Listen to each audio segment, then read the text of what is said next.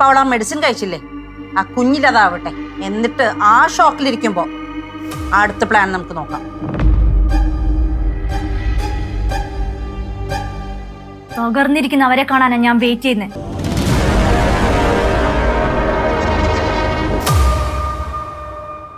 പ്രകാശ് ഹോസ്പിറ്റലിൽ പോയില്ലേ? ഇല്ലമ്മ, ഞാൻ പോകാൻ വേണ്ടി ഇറങ്ങിയതാ. അപ്പോഴൊരു പാർട്ടി സ്ഥലം കാണണമെന്ന് പറഞ്ഞു വന്നത്. ഞാൻ അവരൊന്ന് കാണിക്കാൻ വേണ്ടി പോയതാ. എത്രയും പെട്ടെന്നേ ഈ തട്ടിപ്പ് പരിപാടിയൊക്കെ അങ്ങ് നിർത്തിയിട്ടെ ഞങ്ങളുടെ ബിസിനസ് ഒന്ന് ഏറ്റെടുക്കാൻ നോക്കൂ പ്രകാശ. അമ്മയ്ക്ക് അറിയാലോ, എൻ്റെ അമ്മയുടെ ഏറ്റവും വലിയ ആഗ്രഹം അമ്മയുടെ കാലം കഴിയണവരെ അച്ഛൻ്റെ ബിസിനസ് നോക്കി നടത്തണമെന്നാ. ഈ ചീപ്പ് സെന്റിമെന്റ്സ് ഒക്കെ അങ്ങ് വിട് പ്രകാശ. ഞാനൊന്ന് ഫ്രഷ് ആയിട്ട് വരാം.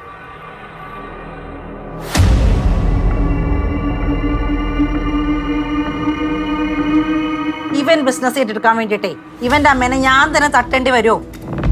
മിക്കവാറും വേണ്ടി വരും. അമ്മ വന്നേ.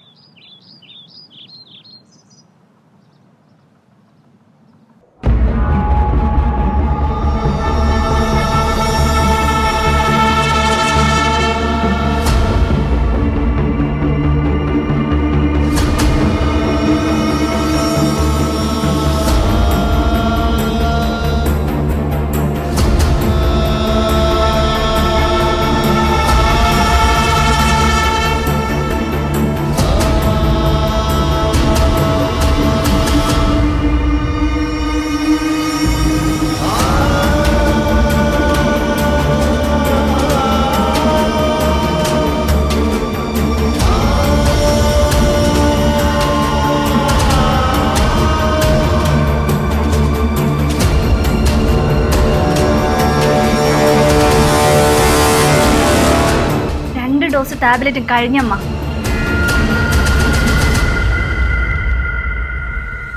ഏത് നിമിഷവും നടക്കും.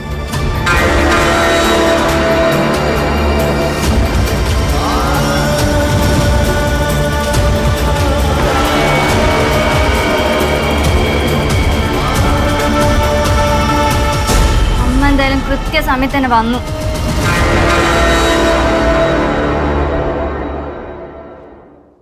നീ പറഞ്ഞില്ലേ മോഹന്റെയും അവന്റെയും കേസ് നടക്കുവാണെന്ന്?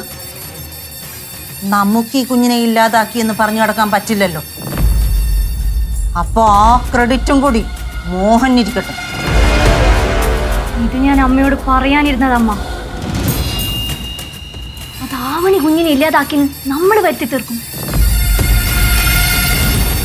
ഇനി ആക്കി എന്നാണ് വാർത്ത വരുന്നതെങ്കിൽ മോഹിനേട്ടൻ അവരുടെ വയറ്റിൽ കിടക്കുന്ന കുഞ്ഞിന്റെ പേരിൽ തർക്കം ഉണ്ടായപ്പോ ആരും അറിയാതെ മരുന്ന് കൊടുത്ത് മോഹിനേട്ടൻ തന്നെ ആ കുഞ്ഞിനെ ഇല്ലാതാക്കി നമ്മൾ വരുത്തി തീർക്കും.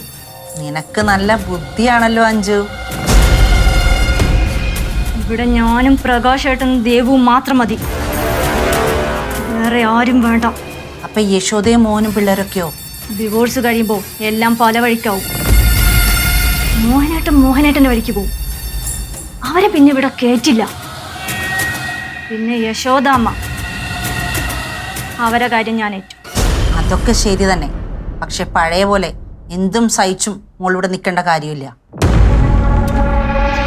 എന്തുണ്ടെങ്കിലും അമ്മയോട് പറയാം. ഇനി അതും ഇല്ലെങ്കിൽ നിനക്ക് നിന്റെ ചേച്ചിയോട് പറയാം. അവളെല്ലാ കാര്യത്തിലും നിന്റെ കൂടെയുള്ളതല്ലേ. ഞാൻ പറയാമ്മ. നീ എൻ്റെ മോളാ. ആരുടെ മുന്നിലും തോറ്റും കൊടുക്കരുത്, തലയും കുരിക്കരുത്. ഫ്ലവേഴ്സ് 9ാം വാർഷിക നിറവിൽ